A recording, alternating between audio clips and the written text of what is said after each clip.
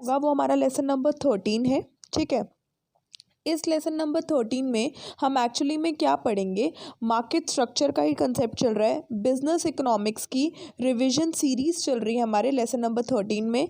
बेटा ये जो लेसन नंबर 13 होगा ये परफेक्ट कंपटीशन की मेरे ख्याल से लास्ट वीडियो होगी, क्योंकि अभी तक हमने परफेक्ट कंपटीशन के इक्विलिब्रियम केसेस पढ़ चुके हैं, जिसमें हमने ये पढ़ा था कि सुपर नॉर्मल प्रॉफिट क्या होता है, लॉसेस कहाँ पे होते हैं, ब्रेक इवन पॉइंट कहाँ पे होता है, नॉर्मल प्रॉफिट की सिचुएशन कहाँ पे आती है, ये सब हम ऑलरेडी पढ़ चुके हैं। ठीक है, अब जो ये लास्ट वीडियो है इसमें मैं सारे डायग्राम्स का सम अप करके आपको बस जैसे एक ब्रीफ कंसेप्ट समझाऊंगी। ठीक है, बट अगर आपको इन डेप्थ समझना है तो आपको पहली वाली वीडियोस देखनी पड़ेगी, बट इन शॉर्ट समझना है तो वो आपकी चॉइस है, आप कोई सी भी वीडियो देखें। ठीक है, चलिए देखते हैं। देखो देखो बेटा, इसमें क्या है, इस फिगर में ये आपका एसी एवरेज कॉस्ट का कर्व, ये आपका एवरेज वेरिएबल कॉस्ट का कर्व, और ये आपका एमसी। बेटा इसमें मैं आपको बहुत सारी चीज़ें बताऊंगी, ध्यान रखना। एमसी का जो कर्व होता है वो यू शेप्ड होता है, ये लिखते जाना साथ साथ मेरे। एसी का जो कर्व होता है एवरेज कॉस्ट का कर्व, ये भी यू शेप्ड होता है। ठीक है, एवीसी का जो कर्व होता है एवरेज वेरिएबल कॉस्ट, ये भी यू शेप्ड होता है। बट जो एएफसी का कर्व होता है एवरेज फिक्स्ड कॉस्ट, ये बेटा रेक्टेंगुलर हाइपरबोला शेप का होता है, रेक्टेंगुलर हाइपरबोला। ठीक है बेटा, अब जो यू शेप्ड कर्व्स होते हैं या तो ये ऐसे बनते हैं या ऐसे बनते हैं, वो बात बराबर है। ठीक है, बट बेटा जो रेक्टेंगुलर हाइपरबोला का कर्व होता है वो बेटा ऐसे बनता है, दैट इज़ ये उल्टा जो यू होता है वो एएफसी का कर्व होता है। और अगर ऐसे कोई कर्व जा रहा है तो फिर या तो वो एवीसी है या वो एमसी है, और अगर ऐसे जा रहा है तो फिर वो एसी है। एसी का जो कर्व होता है वो प्रॉपर यू शेप्ड होता है, बट जो एवीसी का कर्व होता है वो भी यू शेप्ड होता है, बट वो प्रॉपर वाला यू शेप नहीं होता। और एमसी का कर्व आधा यू शेप्ड होता है, बट एएफसी का कर्व रेक्टेंगुलर हाइपरबोला होता है। अब देखो, अभी भी जो चीज़ें बोलती रहूंगी वो लिखते जाना। एमसी का कर्व यू शेप्ड, एसी का कर्व यू शेप्ड, एवीसी का कर्व यू शेप्ड। अच्छा, ये यू शेप्ड होने के पीछे का रीज़न भी मैंने बताया था। क्या रीज़न होता है? लॉ ऑफ वेरिएबल प्रपोर्शन, ये भी पढ़ा चुकी हूँ मैं। एक बार आप लोग मेरे कोर्स में थ्योरी ऑफ प्रोडक्शन वाले वीडियोस में जाना, उसमें लॉ ऑफ वेरिएबल प्रपोर्शन मैंने पूरा एक्सप्लेन करा, उसके पीछे बताया भी था कि कॉस्ट कर्व्स क्यों यू शेप्ड होते हैं। ठीक है, अब देखो बेटा, जहाँ पे एमसी एसी को कट करता है वो हमेशा क्या पॉइंट होता है? जीरो पॉइंट, या दैट इज इक्विलिब्रियम पॉइंट। ठीक है, अगर मेरा जो कर्व होगा वो एमसी के नीचे की बात करूँ तो बेटा शटडाउन पॉइंट कहाँ पे होता है? जहाँ एमसी का कर्व एवीसी को टच कर देता है पूरा। क्योंकि इसका मतलब क्या है कि जो फर्म है वो सिर्फ मेरी एवरेज वेरिएबल कॉस्ट को कवर कर पा रही है, वो फिक्स्ड कॉस्ट, क्योंकि इन दोनों के बीच में किसका गैप होता है? एवरेज कॉस्ट और एवरेज वेरिएबल कॉस्ट में इन दोनों के बीच में किसका गैप होता है? AFC, average fixed cost. इसका मतलब मेरा जो रेवेन्यू है कर्व, ये जा रहा है मेरा रेवेन्यू कर्व, मेरा जो रेवेन्यू कर्व है, रेवेन्यू जो एक फर्म कमा रही है वो सिर्फ उस रेवेन्यू से फर्म अपनी वेरिएबल कॉस्ट को कवर कर पा रही है। फर्म अपनी फिक्स्ड कॉस्ट को कवर करने के लिए काबिल नहीं रखती, और अगर फर्म अपनी फिक्स्ड कॉस्ट को पूरी कवर करने के लिए ताकत नहीं रखती तो फर्म क्या हो जाती है बेटा? शट डाउन हो जाती है। तो बेटा शटडाउन पॉइंट कहाँ पे होता है? जहाँ पे आपका रेवेन्यू सिर्फ आपकी वेरिएबल कॉस्ट को टच करे, जहाँ पे आपकी फिक्स्ड कॉस्ट कवर ना हो, वो बेटा आपका क्या पॉइंट होता है? Shutdown point. तो इसके नीचे का जो एरिया होता है वो कौन सा जोन होता है? Shutdown zone. बट अगर बीच का जो एरिया होता है दैट इज़ ये एएफसी को आधा कवर करे और आधा वो नहीं कवर कर पाए तो बेटा लॉस तो तब भी है, बट फिर भी वो कंटिन्यू करती है किसमें? शॉर्ट रन जोन में वो ऑपरेट करने की कोशिश करती है, क्योंकि वो ये करना चाहती है कि वो अपना जो लॉस है उसको मिनिमाइज करना चाहती है। वो एवरेज वेरिएबल कॉस्ट तो कवर कर रही है, फिक्स्ड कॉस्ट भी आधा कवर कर पा रही है, बट आधा पोर्शन वो कवर अप नहीं कर पा रही, पर वो कोशिश करती है कवर अप करने के लिए, इसलिए वो ऑपरेट करती है। बट अगर मैं ज़ीरो प्रॉफिट पोजीशन के पॉइंट से ऊपर की बात करूँ, इसका मतलब मेरा रेवेन्यू ज़्यादा है मार्जिनल कॉस्ट से, तो बेटा वो कौन सा जोन होता है? प्रॉफिट जोन होता है। ये एक ही डायग्राम में मैंने 3 जोन्स बताए, जहाँ पे आपका मार्जिनल कॉस्ट आपके एवरेज वेरिएबल कॉस्ट को कट करता है, वो बेटा आपका शट डाउन पॉइंट होता है। जहाँ पे आपका मार्जिनल कॉस्ट आपके एवरेज कॉस्ट को कट करता है वो बेटा आपका 0.0 प्रॉफिट या नॉर्मल प्रॉफिट पोजीशन होता है। और MC ऊपर चला जाता है तो 0 प्रॉफिट पोजीशन से ऊपर की बात करूँ तो वो प्रॉफिट जोन हो जाता है। अगर नीचे की बात करूँ तो वो शट डाउन जोन है। बीच की बात करूँ तो वो ऑपरेटिंग जोन है, ऑपरेट करेगी बट लॉस पोजीशन है। और अगर ऊपर की बात करूँ तो बेटा वो प्रॉफिट जोन है। बात समझ आई है मैं क्या चाहती हूँ। और एक चीज़ याद रखना, जो MC होता है वो AC को उसके मिनिमम पॉइंट पे काटता है। बेटा मिनिमम पॉइंट क्या होता है, किसी भी अगर कोई कर्व यू शेप्ड होता है ना, उसका जो ये यू पार्ट होता है, ये जो यू पार्ट होता है अंडरलाइन, वो उसका मिनिमम पॉइंट होता है, क्योंकि इस पोजीशन पे आपकी जो कॉस्ट होती है वो सबसे कम होती है।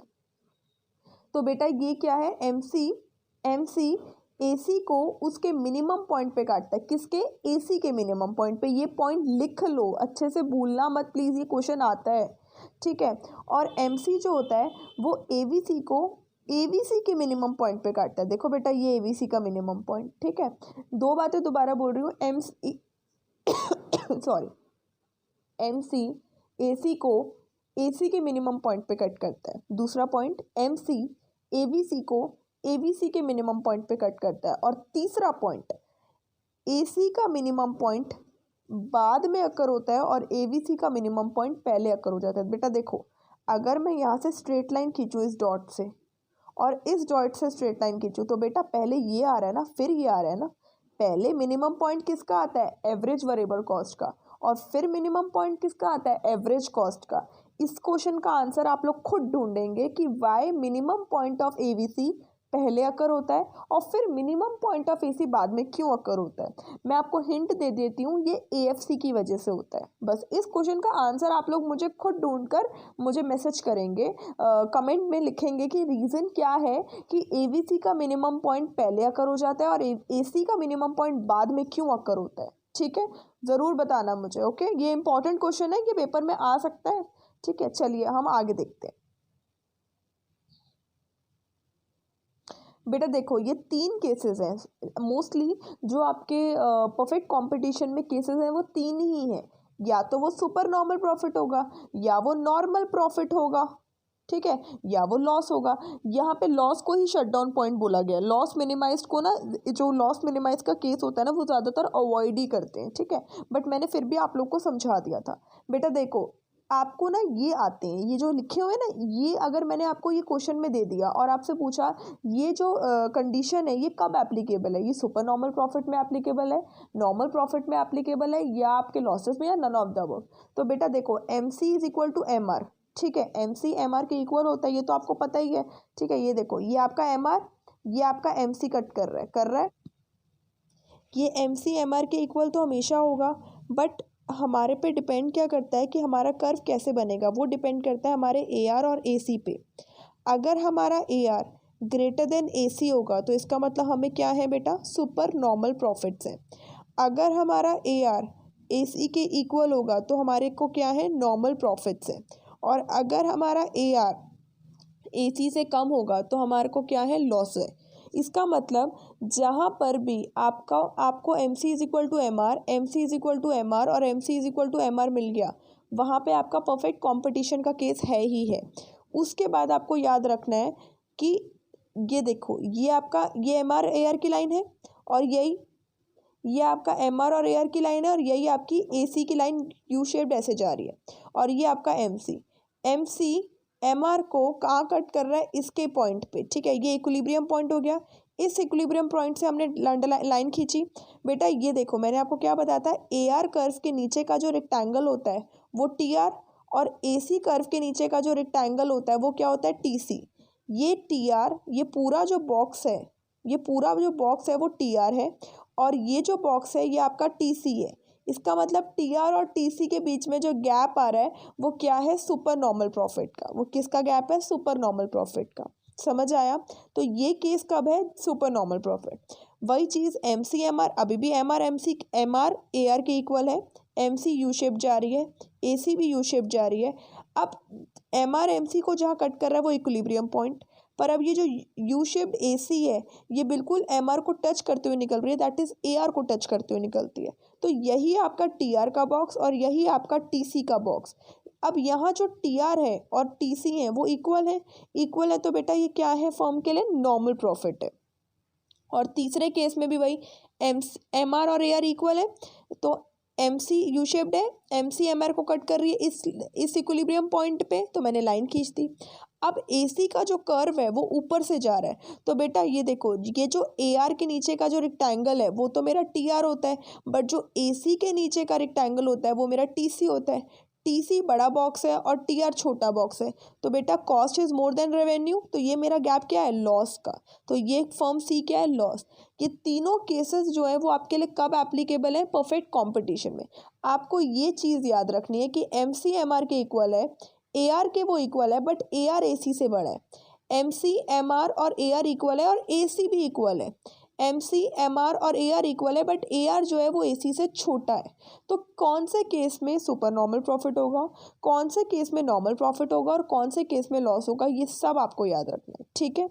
So thank you so much guys for listening this video. I hope ये वीडियो आपको अच्छी लगे, और अच्छी लगेगी तो आपको लाइक कमेंट और शेयर करना है, और अपने फ्रेंड्स के साथ बहुत बहुत शेयर करें और उन्हें दिखाएं ये वीडियोस, जिससे आप लोग के लिए भी बेनिफिट आए और मेरे लिए भी बेनिफिट हो, और मुझे मोटिवेट करते रहिए कि मैं आपके लिए और ज़्यादा से ज़्यादा कंटेंट और इन्फॉर्मेशन डालती रहूँ, जिससे आप लोग को भी इन्फॉर्मेशन और आप लोग की भी नॉलेज बढ़े, ठीक है। So thank you so much guys, bye bye, take care.